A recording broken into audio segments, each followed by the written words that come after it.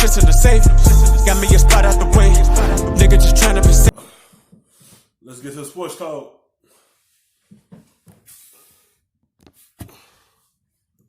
Last night, the Clippers. They played the Hawks. Now I'm going to say, they were without Kawhi or Paul George. I'm just going to say that. The Clippers went on a 20-0 run in the first quarter. They held a 19-point lead at the half, which, I mean, again, we saw this Clippers team without PG or Kawhi last year. They were very good. It's what we would expect, except the second half when the Hawks refused to go down without a fight. Trae Young, not on this team last night. He sat out to nurse an injured thigh. John Collins scoring 33 points, 16 rebounds. The Hawks ended up beating the Clippers by 7. So, Coach, the Clippers now have 14 losses this season. Right. Was last night the most embarrassing of the 14 I don't losses? get into the embarrassing part because any night you can lose to any team. Okay. And especially with their 2 stars out. They're playing against a desperate team in Atlanta. The one thing that's interesting with Trae Young being out, as good It's just all about the Clippers still be a top solid team in the West. It's just all about the chemistry. It's all about, can you get a rhythm and a feel of your teammates? You know, when you got both of your main guys in and out of the lineup and throw everything off. Because you can lose to any one of these teams any night. It's just all about the rhythm they need to have.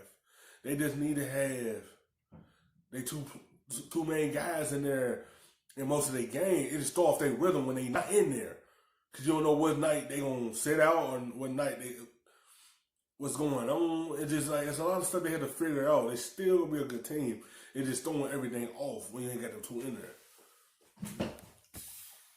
is offensively, it took a non-defender off the floor and it added more size to their lineup. That's such a nice way. That's such a nice way. It took a non-defender off the floor. I like the kid. He's going to get better. But right now, I just think it added a guy on the floor that can help them get stops. Sure. And that's how you come back from a 20-point deficit, is you got to put together some stops, and credit to Atlanta for hanging in there and digging in.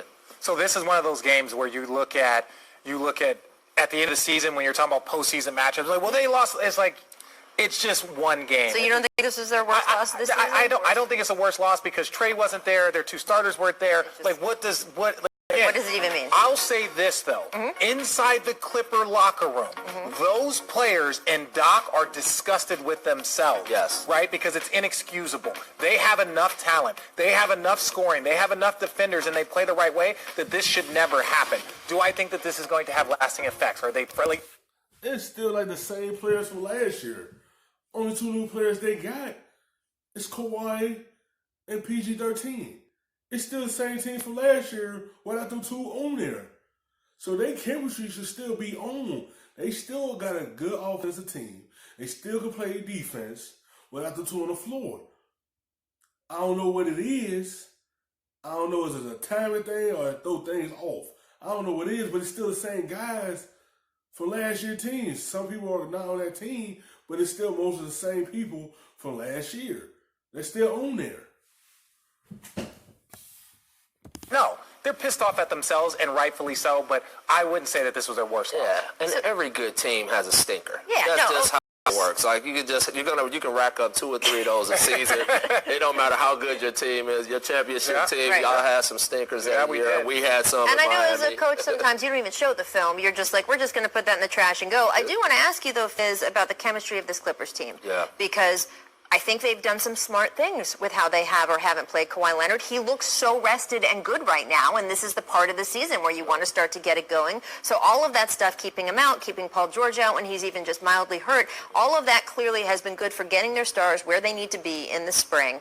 But what about the chemistry aspect? Well, obviously it's not killing them too bad because they have 30 wins on the season, so they're pretty dang good. But I think what you're going to start seeing is post All-Star break. They're going to start playing those guys more together, and you're going to start seeing them rev up for the playoffs, and that's what it's about. You got to think big picture when it comes to a lot of these things. Again, I go back to that Toronto team that Kawhi was a part of, and he was on load management there. And look at what they did as they started to put it together in the second half of that season. Yeah, and you want to be a better team in May than you were in April. You want to be a better team in June than you were in May. So chemistry, if you're a team that believes that you're going to win a championship, that believes you can get to the conference finals, so then you don't worry so much about chemistry now because you realize that you have all of April. Right. You have all of May, right? That's what you really and truly believe. So it's like, yo, if we play 4 or 5 games against the same team so we can work on our chemistry and our communication, you're not as stressed. Now, like once everyone on the floor together, everything gonna be put together.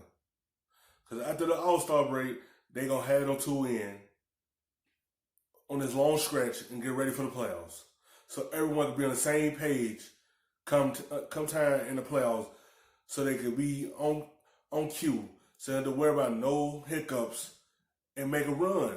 They know what they're trying to do after the All-Star break. They know what they're trying to do to win the championship. They're just trying to make sure everyone's healthy and ready to go. They gonna put everything together once they all on the floor together.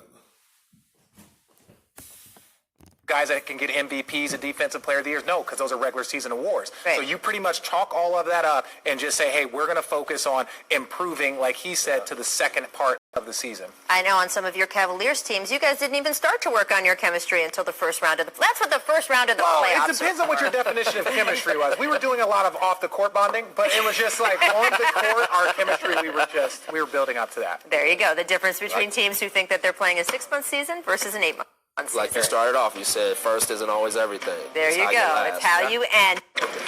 Thanks so much for watching ESPN on YouTube. For more sports analysis. Better look back at the rub, nigga, I gotta be safe.